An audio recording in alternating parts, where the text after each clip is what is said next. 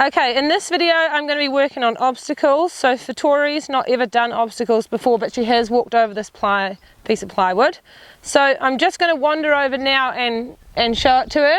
She's pretty brave in general, but what I'm going to onto this box, and that's quite a hard question for horses, but it's also a great thing to teach horses. Good girl.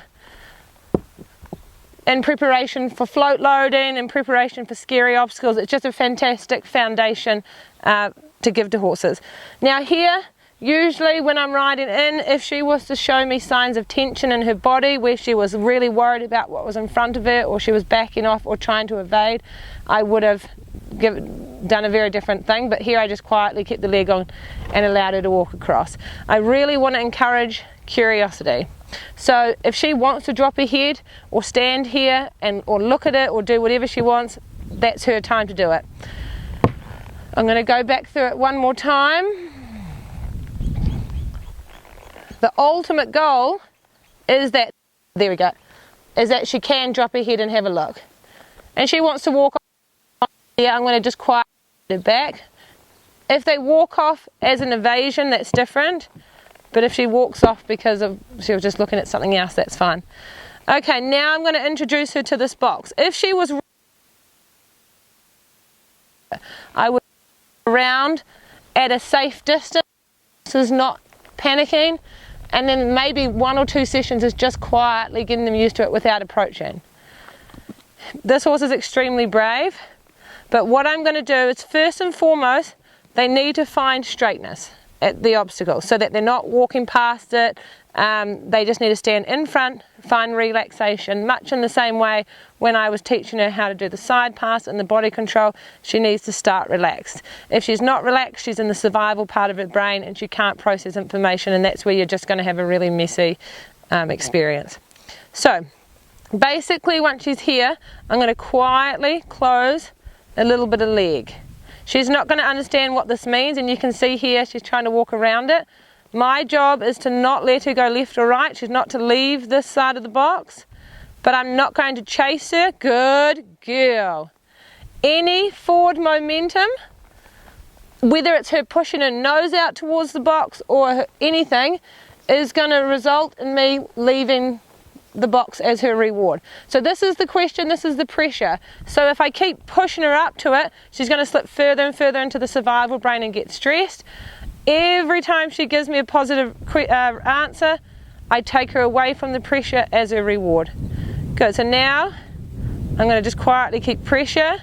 She doesn't understand, she reins back. There, good. Reward, and I walk her off.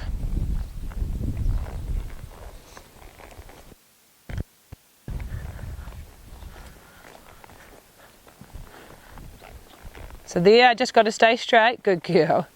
Once she's where I want her, I relax all pressure.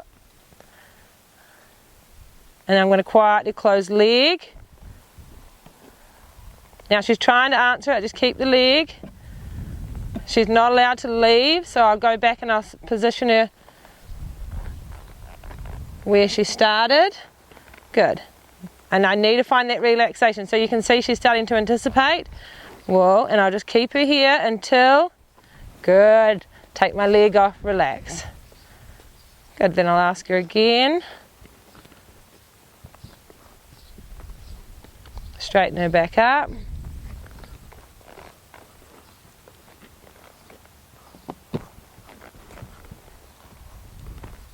And I don't tell her off for this, I just keep a very gentle pressure. Good girl. And that's a good enough answer for me, so I just wanted that straightness because she's gone back a bit confused.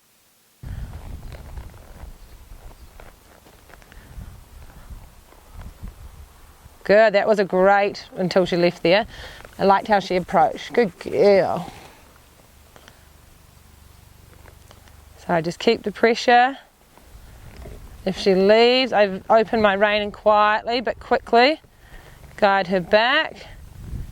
Good girl. Any forward momentum, I take all pressure off her. Any backwards momentum or side momentum, I just quietly keep the pressure there. There, she gets confused, I just keep the pressure and then my pressure comes off there. Good girl. Reward her when she's where I want her to be.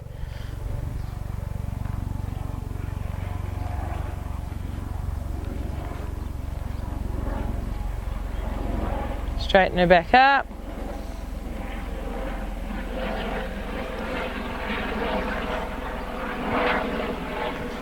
And she's just going to stay here until she can quieten down her brain a little bit. Good girl. My leg comes off, my hand drops, and I just reward. And I'll take her, circle her away to reward her. So when she starts backing up, I don't want to start to chase her. I certainly don't want to chase her over this, because if I chase her over it, she's only going onto it or over it because she's more afraid of me than she is of the box. But I want to put her in a situation where she's not afraid of the box. So just quietly, good girl. If you're super consistent about it, they start to get the idea. So now if we just put pressure on, whoa, good. She went to leave and she came back, so I'll reward. Just keep pressure. Good girl. Pressure comes off when she's there. So I'm kind of playing hot cold with her.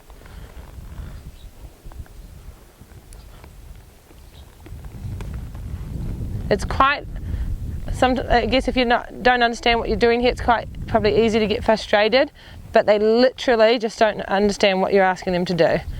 So just have to be very, very patient. She is thinking right now, believe it or not. She's trying to figure out the right answer, and every way she's moving there's pressure. So pressure means wrong answer, no pressure is right answer. Good girl. So this is where I want her. Good girl. That was an awesome answer. Circle her away. Really nice answer. So the memory card was full, so we'll just carry on from where we left off. So that was the closest I've gotten her to the box. So I'll just represent her. I loved the way she approached there. It was just really sedate and quiet. Good girl. Pressure comes off. So anytime they move closer to the answer that you're looking for, the pressure releases. Anytime they go away from what you're asking, the pressure goes on. But there doesn't need to be a lot of pressure, especially with a horse like this who's quite sensitive and she really listens well. My pressure is just very, very quiet. If I was on a really dulled down horse, I would want to go back to groundwork and teach them how to communicate better, rather than having to be quite bossy with the pressure here. Good girl. I like there, she just went to dip her head. So you can see she hasn't actually acknowledged the box. She hasn't put her head down and sniffed around and explored it. And that's what I want to get to that stage. So any movement, good girl. Downwards with her nose, good girl, is going to get a reward. So there I put my leg on and I just stay here. Good girl, there we go. She can spend as long as she wants here. She doesn't want that long, that's right. I'm just going to walk her away and give her a really big reward, because that's a really good answer.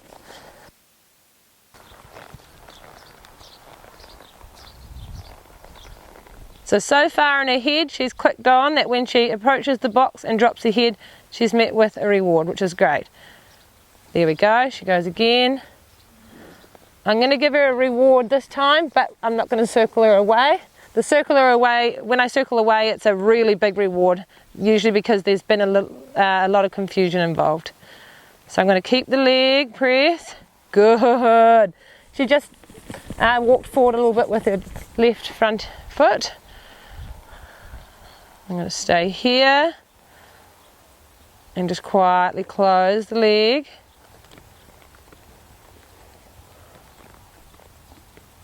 And I just stay waiting. She's got a bit crooked, so I'll straighten her back up. And got crooked again. And I just block her with my rein, outside rein, when she does that. Good girl. Well done.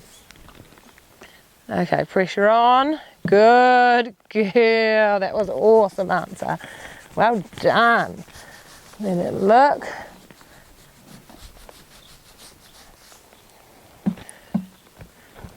I don't mind that, that's an evasion, but she's technically stepped up part of it. And because she'd given me such a good answer, I was going to circle her off anyway. So sometimes if they give me an answer by accident, I'll take it and pretend that I asked them to do it. Good, that was a really nice energy with her right shoulder. She held, oh, there we go. She held it up, good girl. I'm not going to worry about holding it on there, I'm just going to wander her off, and now I'm going to give her such a big reward.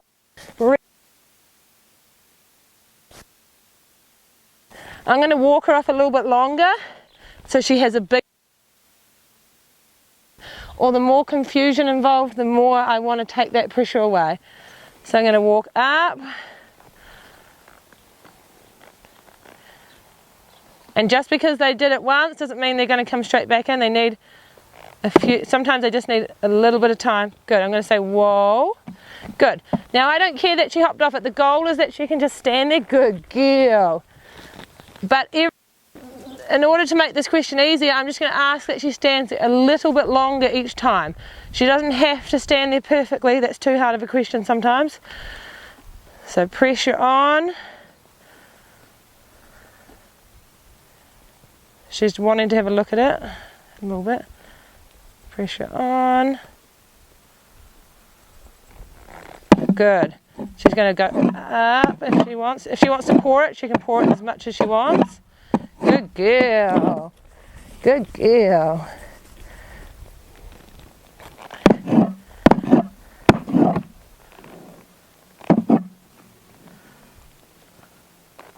That was a nice effort, because what I want them to do is show curiosity. So there I'm going to say, yeah, so clever. And then if I use this pattern, then next time I go to my next obstacle, she'll just use the same formula, so it's great. I want them to drop their head and look at it. I want them to pour at it. Good pressure. Oh, don't get stuck on it. Good, now, well done. I'm going to see if we can step up onto it. So pressure with my legs. Not a lot of pressure, just a little bit. Good, now step up. Now, whoa. Good girl. Rub her, scratch her around the ears, and really make sure that they know they've done the right thing. Good girl. And this is obviously the end of the session, because it's the absolute perfect answer. She can walk off when she wants, and she can wander off. Good girl. Now it's her time to do what she wants, because she's worked hard, and we will just go for a little bit of it. Good job.